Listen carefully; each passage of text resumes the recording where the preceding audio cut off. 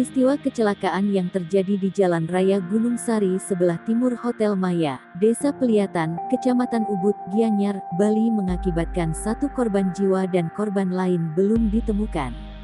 Kejadian nahas itu terjadi pada Kamis tanggal 18 Maret tahun 2021 pukul 19 WITA. Kecelakaan lalu lintas laka lantas tersebut terjadi tepat di Jembatan Lap-Lapan Pejeng. Diketahui ketiga orang tersebut merupakan satu keluarga yang mengalami kecelakaan tunggal hingga terjun ke dasar Sungai Petanu.